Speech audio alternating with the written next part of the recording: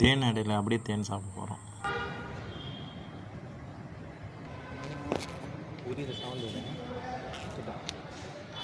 இதில் தேன் இல்லை, கொஞ்சமாக தான் இருக்குது, அதனால் அப்படியே உறிஞ்சிட போகிறோம்.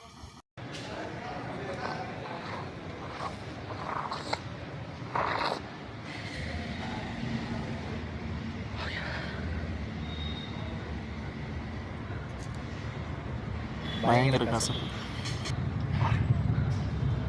இது நம்ம பாண்டிச்சேரி மிஷன் ஷீட்டில் இருக்கக்கூடிய ஒரு அரசு உதவி பெறக்கூடிய பள்ளி.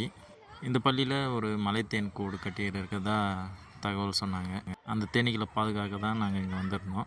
அதில் பார்த்தது தான் நீங்கள் இப்போ இந்த வீடியோ. இந்த தேனீக்கள் மாணவர்களுக்கு ஆபத்தாகிடக்கூடாதுன்றதுனால இந்த குடும்பத்தை நாங்கள் அப்புறப்படுத்துகிறோம். இதுக்காக நானும் என்னுடைய நண்பரும் இரவு நேரத்தில் ஒரு 8 மணி போல் தயாரானோம். இதில் இருக்கிறது பேய் இல்லை, நண்பர் தான். அவருக்கு இந்த மாதிரி பேய் ட்ரெஸ் போட்டுக்கிட்டு மரத்தில் ஆடுறதுனா ரொம்ப பிடிக்கும். பாதுகாப்பு உடைய போட்டுக்கிட்டு அவர் நல்லா டான்ஸ் ஆடி முடிச்சதும் மரத்தில் ஏறி கிளையை பாதுகாப்பாக கட் பண்ணி கீழே இறக்கணும். இதில் எந்த தேனீக்களும் அடிபடலை, உயிரிழக்கலை. கிளையை வெட்டும்போதே தேனீக்கள் அடிபட்டு இருக்கான்னு சொல்லிட்டு நானும் கொஞ்சம் பார்த்துக்கிட்டேன். இது என்னன்னாக்கா, தேன் கூட்டம் எடுக்கிறோம், ஆனால் தேனீக்கள் எப்படி இறக்காமல் இருக்குன்ற கேள்வி கண்டிப்பாக இருக்கும். இதில் என்ன பண்ணுறோன்னா, பறக்கக்கூடிய அளவில் இருக்கக்கூடிய எல்லா தேனீக்களும் பாதுகாப்பாக உயிர் பிழைக்க வைக்கிறோம். இதோடைய கூடில் இருக்கக்கூடிய அந்த உணவும் முட்டைகளையும் அப்புறப்படுத்துகிறோம். இதில் ஒரு 20% இழப்பு கண்டிப்பாக இருக்க தான் செய்யும்.